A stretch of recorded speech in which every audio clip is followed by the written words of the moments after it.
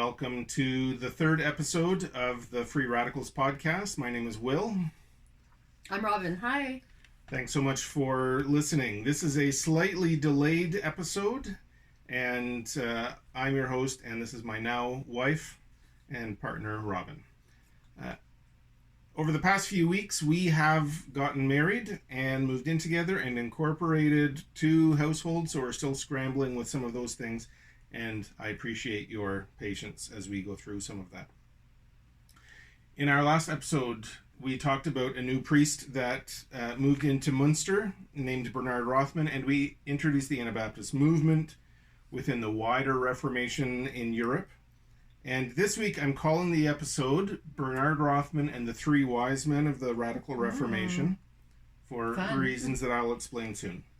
But before we get started, Robin, what is jumping out to you so far in the story?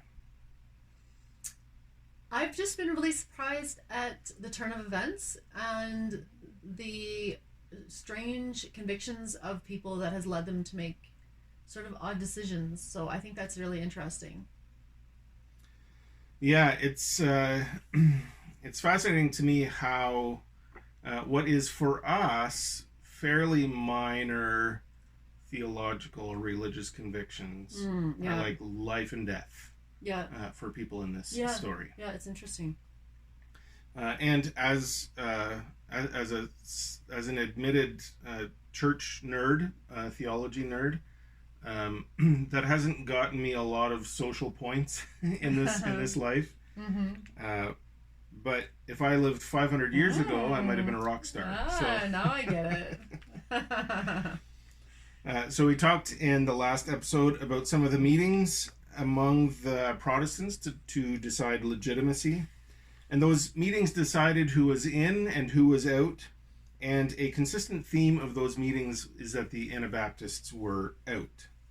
But still, every now and then, somewhere in Central Europe, an Anabaptist would get a whiff of power. Either an established leader who would be convinced of Anabaptist ideas, or an Anabaptist outside of an established power structure, but who could win an audience. And when that would happen, other Anabaptists in other places would take notice. Would they be able to hold on to power, or at least find toleration, or would they inevitably be killed? Was there a way to engage with civic authorities while still holding on to integrity, or was that a lost cause? And, they wanted to know, are there parts of the Anabaptist belief system that appealed to the general public? And what could they focus on to find some kind of legitimacy? Did they want to grow Anabaptism, or did they just want to maintain it, or did they just want a safety to live their beliefs? Yeah, probably all of the above. I think people wanted to find some level of safety. You can only run for your life for so long. But they had discovered something new and powerful, and they wanted to live that out with integrity. So it was kind of a balance of convictions and survival. So one of the first examples of this happening is in, I'll probably say it wrong, but Waldshut is how you say it. It's near the Swiss-German border. And they had a priest there named Balthasar Hubmeier. And interesting point, when my son was born, Balthasar was one of the names that I suggested that was rejected. That's funny. But for a long time, Balthasar was a model Catholic. He studied under Johannes Eck, who famously beat, maybe even embarrassed, Martin Luther in a debate. And he also led a violent removal of Jews from the German city of Regensburg and installed some sort of artistic religious shrine in that city. So there's a lot that can be said about how wrong that was, but at the time that made him a legitimate leader within that movement. So he was violent, and then he turned into an Anabaptist, or right? He thought he was an Anabaptist, but he was a violent one. No, he was violent, and then later became an Anabaptist. Oh, okay. So when Balthasar arrives in Waldshut, because he had been in other parts of Germany before that, he connects with the Zurich group of Anabaptists. Last week I talked about Conrad Grebel, Felix Mons, George Blaurock, and the baptism that happened there. Right. Hubmaier was kind of a part of some of those stories. He was Okay. even part of a debate where he was on the side of arguing against infant baptism, and Ulrich Zwingli, the town priest, lead pastor, was arguing in favor of child baptism. And Balthasar Hubmeier's main points were things that he took from Ulrich Zwingli's writings, because earlier Zwingli was kind of wondering, what can we do about baptism? But Zwingli was the local guy, so the local council said, we're still going to side with Zwingli, and he lost, and Hubmaier lost. But there was still a connection between the Zurich group and Hubmaier, not very far apart.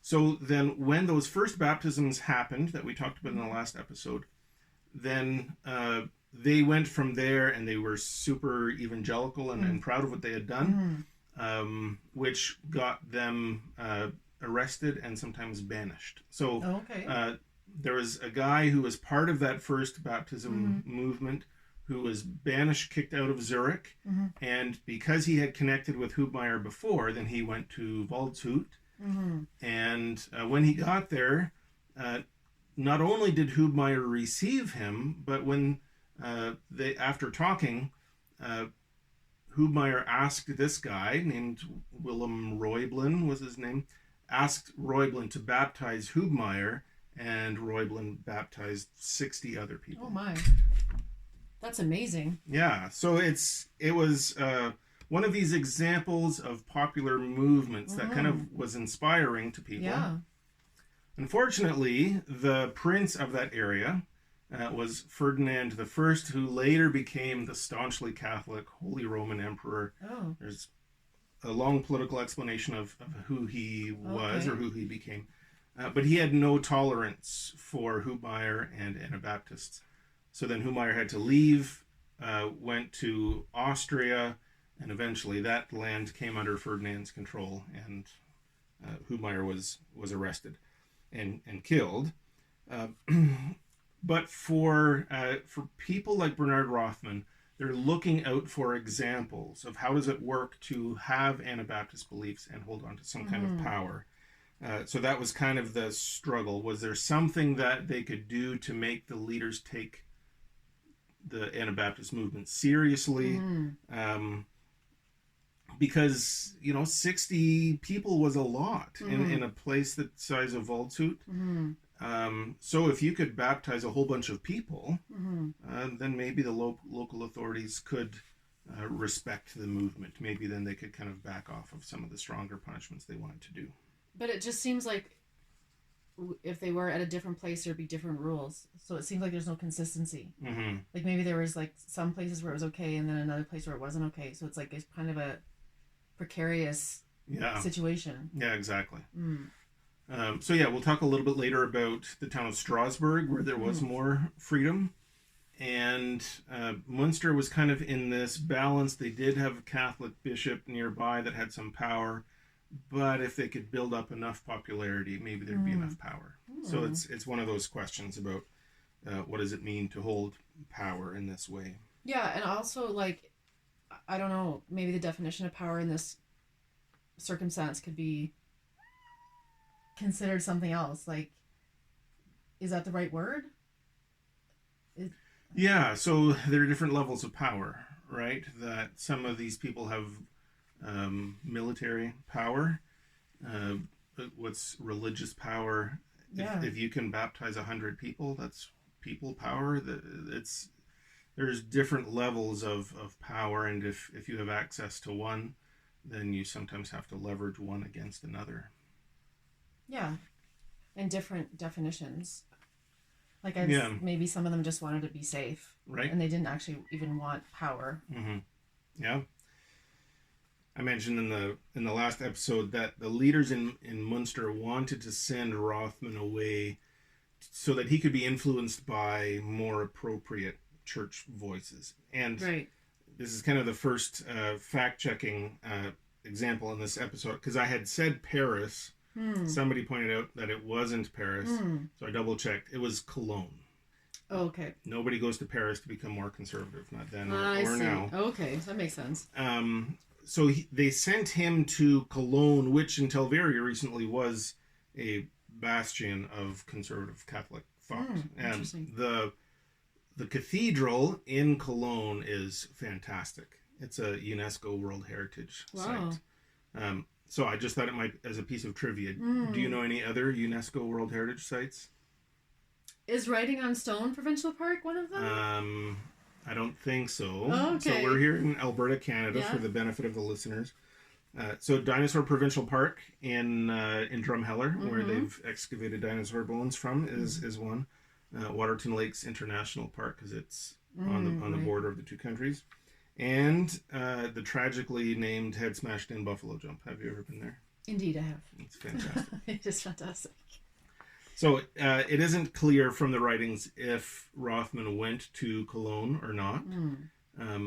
But what is clear is he didn't go back to standard Catholic teaching. And a few years later, it was clear that the Reform movement in Munster wasn't dying down, Rothmann or no Rothmann. So they sent him on a different kind of trip. Okay. They sent him on a Reformation tour that would make church history nerds like me wildly jealous. Okay.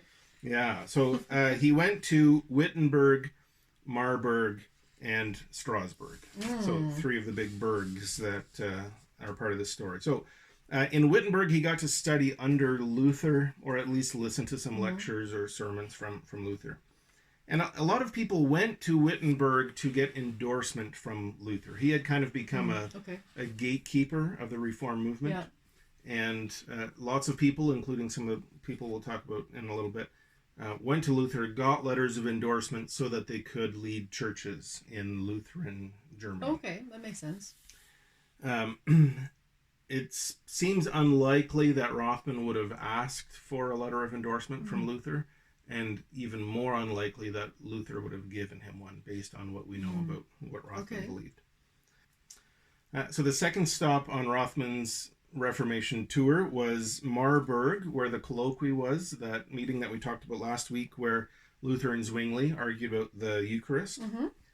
And the Reform movement got a lot of credibility from that meeting. They worked out some of the problems. They came to agreement on some important things. But only a few months after that, there was another meeting in the German city of Speyer. And there were really important Catholic leaders there. And they decided at that meeting, and there were other Reform leaders there too, but the Catholics there decided that no more Reform changes were allowed. Okay. And at the 1526 gathering in Speyer, they had kind of paused the decision that was made at the Diet of Worms. What's the Diet of Worms? That sounds strange. So, yeah, unfortunately named.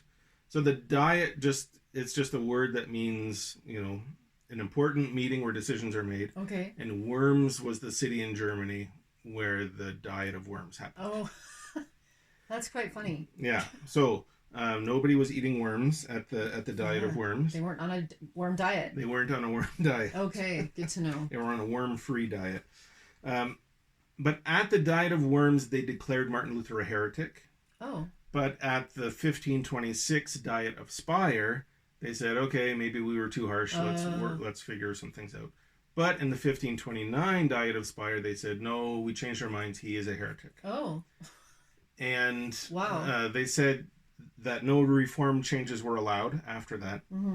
And a whole bunch of the non-Catholic leaders there said, we protest. We don't accept this ruling. Okay. So they protested that ruling, right. which is why they were called Protestants. Oh. That's why the name stuck. Oh, weird. other thing relevant to this conversation that was decided at the 1529 Diet of Speyer is that Anabaptists were also not protected and could now be killed for their beliefs. That's bad news. So it would have been nice if the Protestants would have also protested this particular point, but they didn't. Yeah, well, you got to have your hands full sometimes. Yeah. It's also worth noting that nobody was waiting around for this before they started killing Anabaptists. So this is 1529. Balthasar Hubmaier, who I mentioned, was executed in 1528 in Austria for his beliefs. Felix Mons, who we talked about in the last episode, was executed in 1527 for his beliefs. And in the Peasant War shortly before that, thousands, maybe 100,000 peasant soldiers, many of whom were written off as Anabaptists, were also killed. So nobody was waiting around for permission, but it got a lot easier after 1529, if that's what you wanted to do. Wow. But also, that same meeting declared Martin Luther a heretic, and he died of old age many, many years later. So the meaning and the importance of these decisions is kind of up for historical debate. And the last stop on this Reformation tour was the city of Strasbourg, which is in present-day France, but is kind of in between a whole bunch of political powers then and even now. And the idea was, I think, that the leaders wanted Bernhard Rothmann to study under Martin Bucer and Wolfgang Capito. Wolfgang also was on the list of rejected names. Yeah. Oh, that's fun. It would have been a fun name. Yeah, that is Wolfgang. fun. So, even now, the city of Strasbourg is technically French, but is still very German. And because of where it sits in between things, the present-day European Parliament meets in Strasbourg, and it works as a sort of a neutral site for some of these conversations. And in the 16th century, there were political and religious forces in French territories and in German territories, but Strasbourg sort of sat in the middle and was kind of independent of those. Right. So it meant that the people in Strasbourg could more easily do their own church reforms because they weren't subjected to any of these other authorities. Makes sense. And it also meant that they weren't obligated to punish other religious dissidents. So pretty quickly, a motley crew of religious dissidents ended up in Strasbourg. Yeah, makes sense. Finding toleration and peace there. Okay, let's see here. And of all the stops on this trip, Bernhard Rothmann stayed the longest in Strasbourg. And while they wanted him to study under Bucer and Wolfgang Capito, he started to talk to more of the religious dissidents who were in the city of Strasbourg, including a guy by the name of Kaspar Schwenkfeld. That's a name. That's a name too. Kaspar, also rejected from my baby list. And there are still Schwenkfeldian churches today. Wow. There probably should be more, but it's obviously pretty rare. Kaspar Schwenkfeld was one of the people who got a letter of endorsement from Martin Luther. Okay. But later on, Schwenkfeld changed his mind about the Eucharist or communion. Okay. And he decided Kaspar Schwenkfeld became a spiritualist. Oh, what does that even mean? Yeah. I'm not entirely sure if I fully get it. But Kaspar Schwenkfeld believed that when Christians participated in the communion meal, that they were consuming the spiritual body of Christ. Okay. Rather than the Catholic understanding of it still being the physical body of Christ. And the more Anabaptist understanding was that it was a kind of a memorial observance. That when Christians get together and do it, they're just thinking about Jesus. Oh. And that's what makes it special. Oh, I think I used to believe it was spiritual. Yeah, so then maybe you were part of a spiritualist movement. You could have been a Schwenkfeldian church. So Rothmann could have been learning theology from Butzer and Capito and Right. Schwenkfeld, and maybe he was, but from Schwenkfeld he would have also learned what does it mean to disagree with Luther, but start something fresh Yeah. instead. Because Schwenkfeld didn't have magisterial power, he didn't have government support, but he was still starting a movement that had some staying power. So after this trip, Rothmann returns to Munster, and he's still a passionate preacher, and his sermons are very popular, and his movement is growing, and he's probably more convinced of some of the deviant things that he believes deviant in the eyes of the Catholics and the Lutherans. So it's worth noting that Bernhard Rothmann isn't fully Anabaptist at this point. At least it's not entirely clear. He's mostly a sacramentarian, is what the church history books would call him. So he's pushing back on some of the sacraments of the Catholic Church. So my kids are in Catholic school. They're learning about the sacraments. There's 7, and I won't go through all of them. But they're pushing, when you push back on some of those Catholic understandings of the sacraments, then it kind of puts you on the fringes of what's acceptable. So Bernhard Rothmann pushes back on the Catholic teaching of communion. The Eucharist is one of the 7 sacraments. He disagrees about baptism. That's also one of the 7 sacraments. And he disagrees about purgatory. So purgatory is the Catholic concept of an in-between place. That when we die, we go to purgatory until our souls are made ready for heaven. Do they still believe that? Some of them, yeah. So, it isn't just a theological idea, not for the church, because that's supposed to be part of his job. So if there's no purgatory, then people don't need to go to the priest to get the priest to pray their loved ones out of purgatory. Right.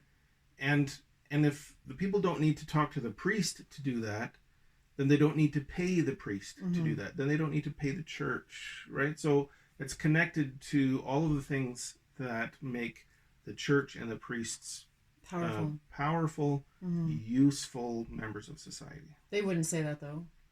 Right. So, but that was Bernhard Rothmann's job, right? And if he's not doing that, he's not generating as much money for the church, and he's not reinstilling the values of what makes the church important. I see. That makes sense. So he's a sacramentarian. He's pushing back on some of these ideas, but it really is inconvenient for church leaders because they have a system. Yeah, of course. They have rituals. Yeah. So after this trip, what did he do? He came back? Yeah. So he's back, and he's pushing back against all of these things. He's teaching about baptism differently. He's teaching about the Eucharist differently. Yeah, he's teaching about purgatory differently. And he isn't just throwing them out. He understands that what Christians are supposed to be doing is purifying their lives, drawing closer to God. And he says the idea of purgatory doesn't help that. If anything, it gets in the way. I agree, yeah. Right. So this isn't just, nitpicking the theological ideas. He wants people to be drawn closer to Jesus, and these things are getting in the way. Interesting. So the last of the wise men that we're going to meet is Melchior Hoffman. Melchior was on the list. I was less surprised when Melchior was rejected as a name. Oh, that was one of them too? Yeah. Okay. We need to talk. All right. Okay. And if you're steeped in church history, then you might have realized what I was doing. The traditional names of the Magi from the Christmas story, according to church tradition, it's not written in the Bible anywhere, obviously. The names of the Magi were Balthazar, Caspar, and Melchior. Okay. But those names were given, according to my research, 1,000 years before this. So it's entirely coincidence. But these 3 men, and the types of religious movements they led Mm-hmm. are very important within the Anabaptist story and the Munster story in particular. And a lot of early church leaders in the Anabaptist movement were priests or students who were educated in theology and became convinced of the Anabaptist religious ideas. But that wasn't the case with Melchior Hothmann. He worked in the fur business. He went from place to place. But even though he was selling furs, he was still in churches giving leadership, teaching, motivating people. He went about as an unordained, uneducated, but still passionate leader within the church. But what set Melchior apart was he had a special brand of apocalyptic Christianity. That's a fun word. Melchior Hothmann believed that the end of the world, as taught in the Bible, as he believed was taught in the Bible, was coming soon, and the primary task of Christians was to be getting ready for that. So, did you grow up thinking about, studying about, worrying about the rapture, the end of the world? Yeah, I definitely worried about the rapture daily. Yeah, so it wasn't a huge deal in my community growing up, but I think we still talked about it and worried about it more than was healthy, maybe. Yeah. And when I started studying this era, the Reformation, I was surprised to find that so many people believed that the end of the world was upon them. Yeah, because, well, obviously it didn't end then. But also, we looked around in the newspapers in the 80s and 90s and we said all of this is proof that the end of the world is coming. But when I looked at the social causes, the changes in society and the economy in the Reformation Europe, I said, well, this is all the same stuff. So we could go through and nitpick our way through Revelation, which would neither be fun for us nor the listener probably. But I wanted to kind of touch on one of the teachings, just as an example. So Revelation chapter 6 talks about the 4 horsemen of the apocalypse. Right. So there are 4 horses, white, red, black, and pale. And the riders are carrying different symbols. Right. And there are different ways to read it, of course. But the symbols represent, as far as it makes sense to me, war, political division, economic instability, and disease. All of these things had been happening. The Black Plague had been ravaging. There was an army of Turks was invading Europe from that direction. The powers were shifting. Loyalties were changing. All of these things were changing and threatening the everyday stability of people across Europe. And throughout Christian history, when that happens, people find comfort and reassurance in the idea that even when the world is upside down, their Lord will come and rescue them. So you said that this is what they mean, but is that based on your own beliefs, or is that something you learned from somewhere? Yeah, so even now people read Revelation differently than they did in the 80s. Yeah. And so for me to say now that I understand Revelation the same way that they did 500 years ago would be irresponsible. But did you ever learn this in university? Yeah. Oh, I see. Okay. Right. Yeah, so the various passages talk about instability, political instability, economic instability. Okay. And when that happens, people start thinking apocalyptically. Right. Okay.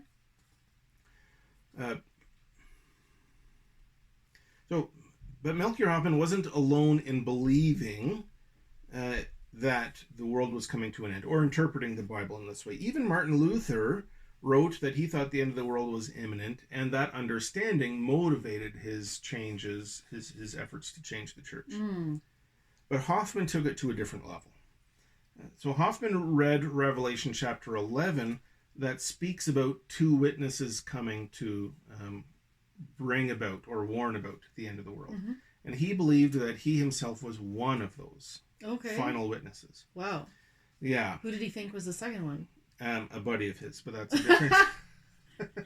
that's a longer story. That's funny. Melchior Hoffman surrounded himself, especially during his time in Strasbourg, he surrounded himself with other apocalyptic thinkers and prophets of the end times. Okay. And these prophets received visions, Oh, wow. wild, elaborate, colorful visions. Wow. And some of those visions reinforced his belief that he was one of the last. Oh, I see. One of the final witnesses. Wow. Well, you can see where this is going to go. Yeah. So there are a lot of stories I could tell about Melchior Hoffman and his circle of prophets. Okay. But there was one that stood out to me. So in Strasbourg, there was a leader, one of these prophetic vision-seeing leaders, named Klaus Fry. And he had done something wrong, and the leaders in Strasbourg were going to exile him. Okay. And he wanted to fight it, but his wife said, no, I think you should go. She had gotten some sort of vision too. So he said he agreed he would go, but his wife said, okay, but I'm not coming with you. Yeah. So he divided his possessions and left half of them with her, and then he went to another city. And while he was there, he met another woman who was convinced of his inspiration and wanted to be a part of that movement. And he was so excited by this new wife. In his writings, he said that he understood her to be the mother of all believers. Wow. And the eternal virgin. Oh, dear. So we could unpack that at length. That is a lot. But in the new place, people pretty quickly got tired of Klaus and his excited new wife. So when they got kicked out of that place, they thought, well, maybe we can go back to Strasbourg. But when he got to Strasbourg, all of the people in his circle said, okay, but you need to go back to your wife. Right.